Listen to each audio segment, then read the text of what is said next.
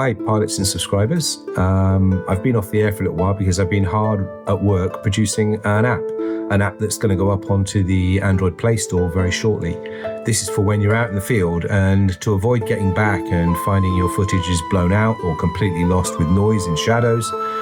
What this tool is going to allow you to do is to utilize the camera in your phone to take shots of the planned mission that you're going to run, and it will suggest to you which ND filter to use, what you should set your max ISO to, so that when you get back, the footage is actually going to work.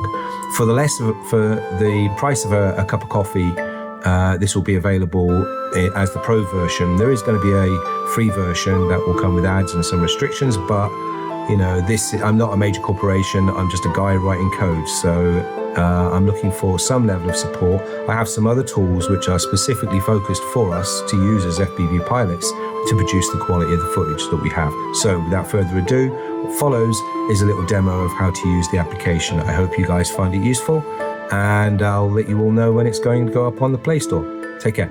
Bye.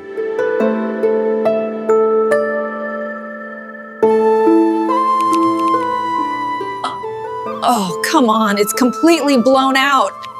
Ugh. Hello, welcome to GrenCam. Right, let's start by selecting your camera and the settings you're planning to fly with.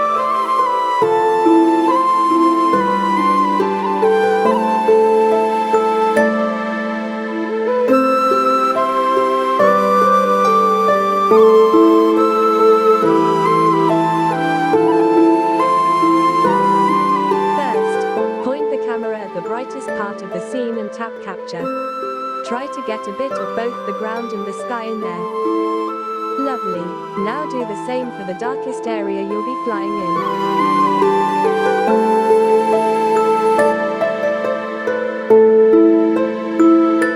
I've finished the analysis. You'll want an ND64 for this flight. Set your ISO between 100 and 1600 and lock your white balance to 5600 Kelvin. Have a look at the manual settings checklist below before you take off. Since you're using GyroFlow, just a reminder to make sure all internal stabilization is turned off on your DJI so we get clean data. Take off. Shot 1.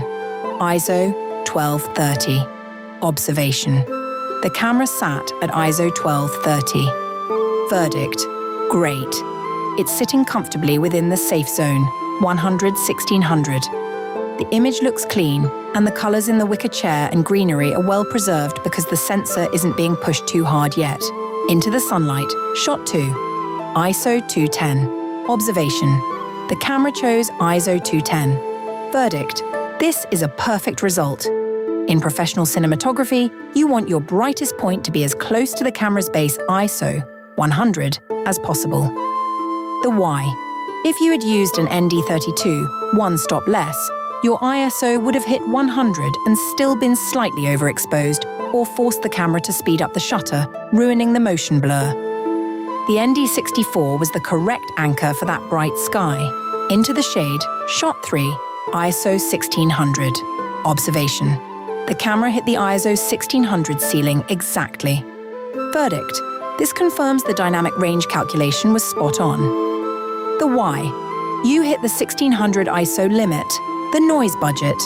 The image is definitely darker here, but it is not noisy. If the app had recommended a lower max ISO, these shadows would be pitch black.